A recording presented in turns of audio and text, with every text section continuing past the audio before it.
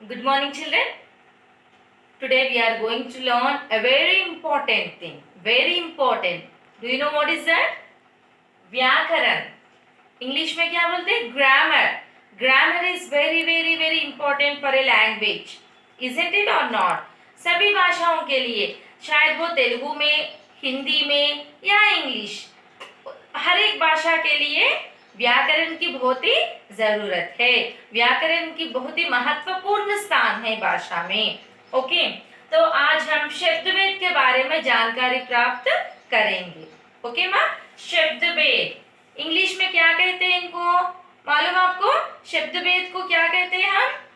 Parts of the speech. और ये शब्दभेद कितने प्रकार के हैं? 8 प्रकार के हैं. कितने प्रकार के हैं माँ? 8 प्रकार के हैं. और इन्हें इंग्लिश में पार्ट्स ऑफ द स्पीच बोलते. क्या बोलते माँ? Parts of the speech. Parts of the speech.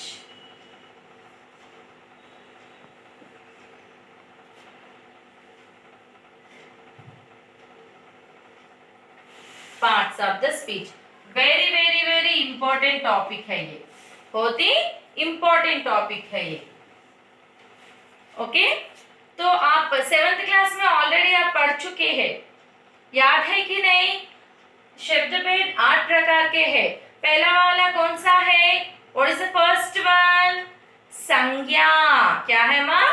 First one is संज्ञा. इंग्लिश में क्या बोलते मालूम? बोलिए. नाउन. क्या बोलते माँ? नाउन. फर्स्ट वन इज संज्ञा. देखिए माँ, क्या है ये? संज्ञा. सेकेंड वन सर्वनाम. दूसरा क्या है? सेकेंड वन क्या है? सर्वनाम. ओके. थर्ड वन क्रिया. थर्ड वन क्या है माँ? क्रिया. फोर्थ वन क्रिया विशेषण. क्रिया विशेषण. और फिफ्थ वन विशेषण.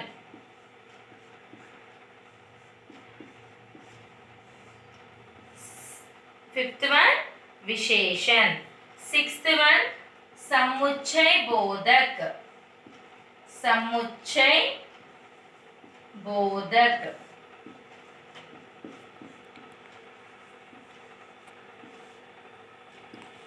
सेवंथ वन संबंध बोधक. संबंध संबंध बोधक. और लास्ट वाला विस्मयादि बोधक. लास्ट वाला क्या है? विस्मयादि बोधक. विस्मयादि बोधक. ओके. हिंदी में और इंग्लिश में दोनों में भी पार्ट्स ऑफ द स्पीच शब्दभेद 8 प्रकार के रहते हैं. 8 types of parts of the speech are there. Okay. Hindi में फर्स्ट वाला है संज्ञा. क्या है माँ? संज्ञा. ओके. सेकंड वन सर्वनाम. थर्ड वन क्रिया. फोर्थ वन क्रिया विशेषण. सिक्स्थ वन फिफ्थ वन विशेषण. सिक्स्थ वन समुच्चय बोधक. सेवंथ वन संबंध बोधक. लास्ट वाला 8th वन विस्मयादि बोधक. समझे माँ? और इंग्लिश में संज्ञा को नाउन कहते हैं, सर्वनाम को प्रोनाउन, क्रिया को वर्ब, क्रिया विशेषण को एडवर्ब, विशेषण को एडजेक्टिव, समुच्चय बोधक को कंजंक्शन बोलते हैं इंग्लिश में. संबंध बोधक को प्रीपोजिशन. और लास्ट वन विस्मयादि बोधक को इंटरजेक्शन बोलते हैं इंग्लिश में. ओके. अब एक एक मैं एक्सप्लेन करती हूँ आपको।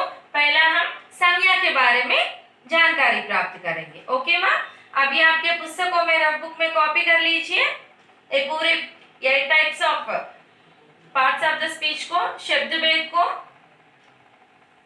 ओके,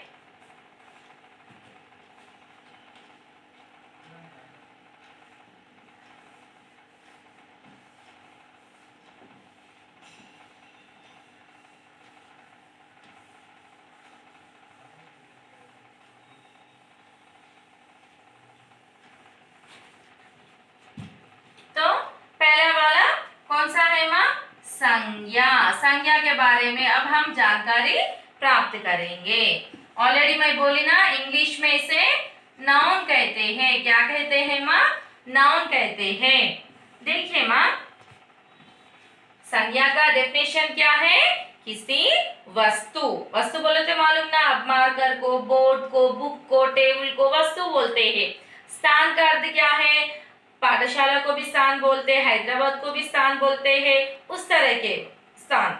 ओके, और क्या है? व्यक्ति, व्यक्ति बोले तो अब मेरा नाम रेणुका है, रेणुका भी एक नाम है। ओके, रामू, रानी, रमेश, ये पूरे नाम है, व्यक्ति का नाम। ओके, इस तरह के वस्तुओं को स्थान, व्यक्ति, वस्तु का बोध कराने वाले शब्दों को संज्ञा कहते हैं। इंग्लिश में क्या बोलते हैं? A noun is the name of a person, place, thing. Is called a noun. Is it or not? A noun is the name of a person, place or thing. Okay माँ? अब मैं definition board के ऊपर लिखती हूँ, आप copy कर लीजिए। ओके, संज्ञा का अर्थ देखिए माँ, परिभाषा। डेफिनेशन को क्या बोलते हैं? परिभाषा। क्या बोलते माँ? परिभाषा। संज्ञा का परिभाषा, किसी वस्तु, व्यक्ति,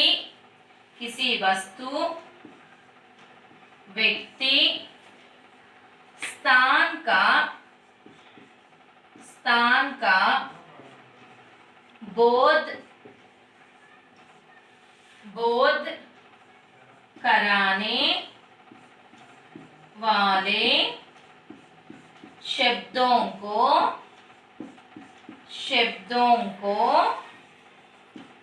संज्ञा कहते हैं।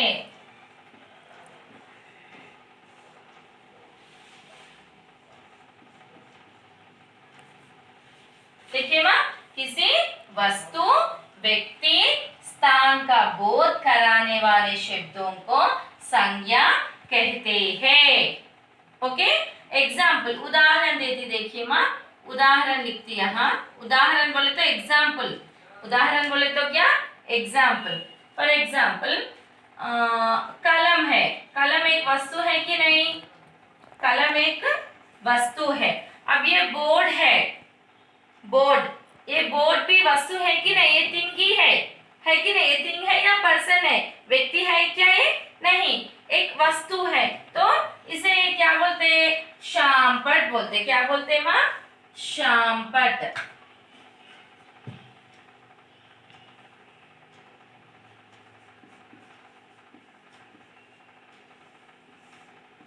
और अब ये टेबल है, फॉर एग्जाम्पल ये टेबल है। टेबल को हिंदी में क्या बोलते हैं? मेज बोलते। तो ये भी एक वस्तु ही हुआ, मेज। Okay, next pencil. हम पेंसिल से लिखते, मार्कर भी होने दो, मार्कर भी एक वस्तु है। हम पेंसिल से लिखते, पेन से लिखते, कलम से लिखते, कलम है ना यहाँ, वो भी वस्तु ही है। और क्या? ये ब्लैक बोर्ड, ये डस्टर, ये बुक, पुस्तक भी एक वस्तु ही है। अब ये पूरे क्या हुआ? वस्तुओं के उदाहरण हो गए। और क्या? व्यक्ति के उदाहरण देखेंगे हम। व्यक्ति के उदाहरण क्या है? यहाँ लिखती माँ, फॉर एग्जाम्पल रेणुका। रेणुका एक व्यक्ति का नाम है कि नहीं? Person name, it is a person name. Okay, in the first line I gave examples of things, वस्तुओं के उदाहरण लिखी मैं। अब यहाँ सेकंड लाइन में क्या लिख रही, व्यक्ति के उदाहरण लिख रही, persons names, Renuka, Ramu, okay, Revanth, Alekhya. तो यहाँ पहले लाइन में वस्तुओं के उदाहरण दी, okay, things examples I have given. In the next second line persons examples I have given. Next स्थान, प्लेसेस नेम्स, ओके। अब यहाँ भारत लिखेंगे, क्या लिखेंगे हम, भारत लेंगे, और हैदराबाद, और हैदराबाद, ओके माँ, हैदराबाद, भारत, बड़मपेट, पाठशाला, ये पूरे स्थान के नामों में आ जाते, समझे माँ यहाँ तक, okay. What is a noun, noun is the name of a person, place, thing. Hindi में क्या कहते हैं, किसी वस्तु, व्यक्ति, स्थान का बोध कराने वाले शब्दों को संज्ञा कहते हैं। उदाहरण देना में, वस्तुओं के उदाहरण बहुत सारे ले सकते हैं। अब ये चूड़ी भी वस्तु ही है, मार्कर भी वस्तु है, साड़ी भी वस्तु है, ओके, पूरे वस्तुओं के नाम है। पेपर, पुस्तक, कलम, बोर्ड, दीवार, खिड़की, ये पूरे वस्तुओं के नाम है, ओके। नेक्स्ट व्यक्ति के नाम, रेणुका, रामू, रेवंत, अलेख्या, सीता, बहुत सारे नाम है वैसा। और स्थान के नाम, पाठशाला, भारत, हैदराबाद, बड़मपेट, ओके, अमीरपेट, बहुत सारे वैसे रहते, ओके, समझे यहाँ तक। संज्ञा का परिभाषा समझे माँ, परिभाषा का अर्थ है डेफिनेशन, परिभाषा बोले तो डेफिनेशन, ओके माँ, have you understood, okay, thank